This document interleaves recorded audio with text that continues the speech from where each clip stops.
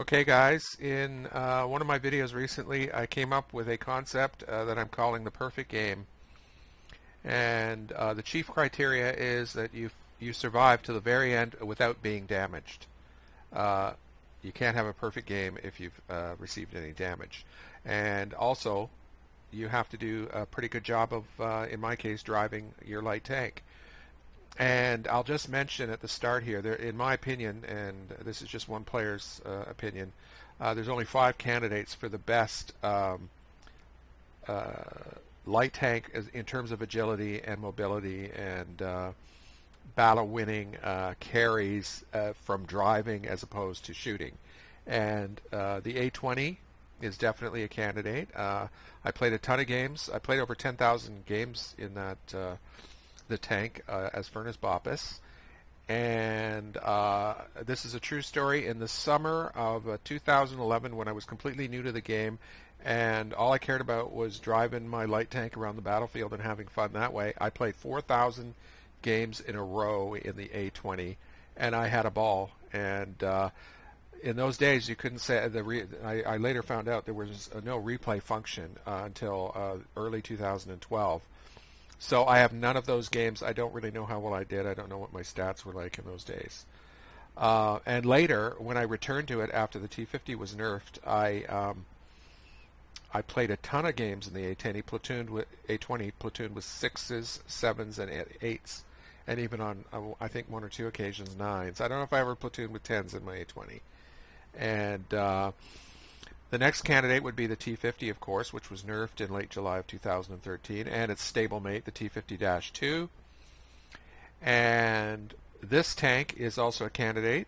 Its acceleration is poor, but if you can get up to your top speed and maintain your velocity and drive aggressively and use the turning ability at the top speed, you can do pretty interesting things. And you'll notice if you look at my my setup there for consumables, I've got the Lend-Lease oil and the governor for maximum power. I want acceleration and agility more than any other thing, and I'll take the consequences of that. My crew at this stage has 7 skills, and I've got jack of all trades on the commander so that he can replace the gunner, the loader, the driver, and the who's the other guy? I don't know. Radio operator. So this is a perfect game. I survived to the end, undamaged. I don't know what I'll say about what goes on here, but there are a few tricks, and if I see anything notable, I will tell you about it. I'm going to run it at twice normal speed with the free camera on just to stabilize the image. So away we go, and I'll just double the speed here, and so I just saw 7 people there at the start, and you duck down to escape. Right now, you don't need to go on a flat open terrain. Now, the first thing that's a disaster is that E25 thinks he's a light tank for some reason, and he's throwing away one of the most potent tank destroyers in the game just for some Leroy Jackson thrills up there, and he's gone. Maybe his wife said, honey, I need you. Too bad.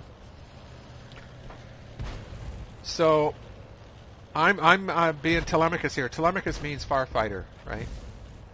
I try to light people up from the maximum possible. See that T-37 that just died. You do not go in circles on flat ground. You always have a place to duck down to it, like I did at the start, right?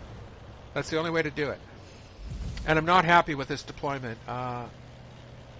Okay, the good heavy player has left the area. That's good. Now the Comet there is in what I call the notch. And we're lucky here because he didn't play very well and he got killed. Superb players will go there. Actually, it's probably too soon for him to go there. He should have waited a bit and made sure he had people behind him to drive off anybody trying to interfere with his movements. So you'll see at the top of the screen, at this stage I've only got 483 spotting damage, and I don't know much about heavy tanks, but I'm not sure this is such a great position. I have a feeling this guy will never go back there again in his heavy tank. So let's watch this. He gets torn to shreds in record time, and it's really unfortunate. Maybe he thought that he could. So I'm trying to help him, right, by getting him targets. But he's seen his crew. He may have a bad crew, or maybe I don't know the situation. How many games he's played there, and I can't do anything for him. And look at that, gone. So there's a lot of scouts in this game. There's 2 MT-25s on both teams, and me. So, oh, somebody's AFK? Jackson? I don't know.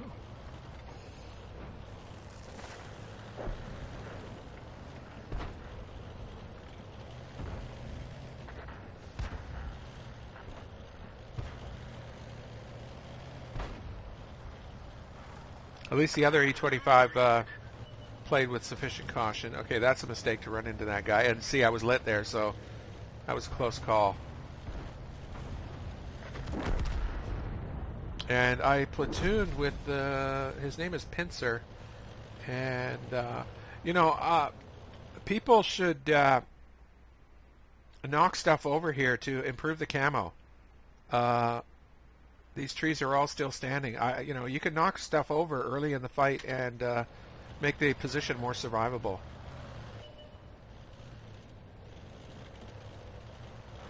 And you'll see, Telemachus, right? You keep a certain distance from an opponent, and you might never be seen, right? The only time I think I got tapped by the Scorpion here. Yep. Right there. No damage though. So that's still a perfect game.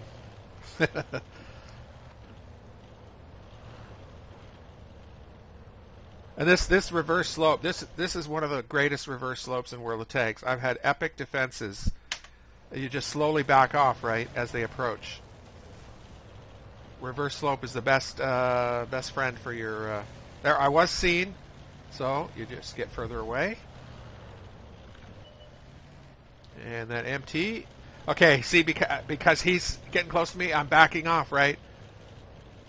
Get as far away as possible. Maneuver violently so the IS doesn't hit me. IS-2.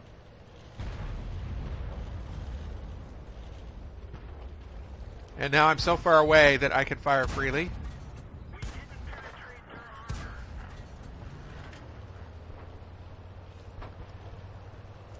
And the E-25 is still, in a beautiful spot. And this is very cheeky, but I couldn't resist. Here, I'll just...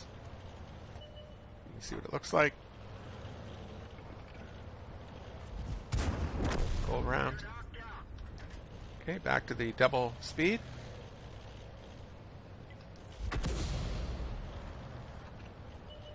And see, every time I get the light, I do a dipsy doodle right there, right? And every time I'm seen. There's a full health E-25. Ooh. You know what? He might have cost him the game, because if he had supported the IS-2, let's see. Yeah, okay, so if he had come this way and helped the IS-2 when he was making his move, I think we might have been in deep trouble. So, that's one of the number one problems in World of Tanks is tank destroyers who either will not join an assault or will not change position for tactical reasons, right? Now, I did a little bit, I told the E-25 not to move because I wanted him to move, to be honest. Yeah.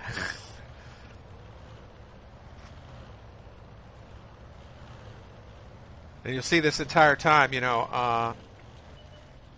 just keep up your velocity. That spotting damage was mine. And the E-25. And who saw the Hellcat? Oh, he drowned himself. What a hero.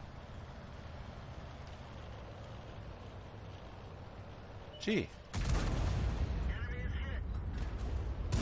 There we are. Perfect game. and I hope you enjoyed the video.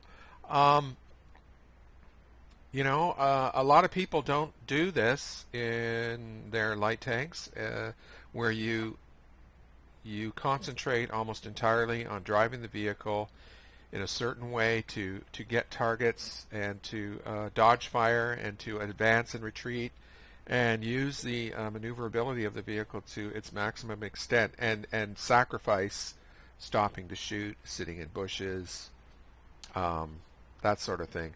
So you have to make up your mind how you want to play the tank. And I will freely admit that there are a very large number of Type 64 players who would not consider going into battle without binoculars and the camouflage net. And their crew is maximized for DPM and accuracy. And I don't think I have the patience to play that way. I much prefer driving like a maniac, and you just saw an exhibition of that. And if you look back on my channel here, go back. Malinovka is probably the best map for this sort of thing, and it's just totally awesome, even at higher tiers. I should dig out a Type 64 battle at Malinovka against 9s and 10s. I probably have a few, and there might be a good one in there. Anyways, it's game over, and I hope you enjoyed the video.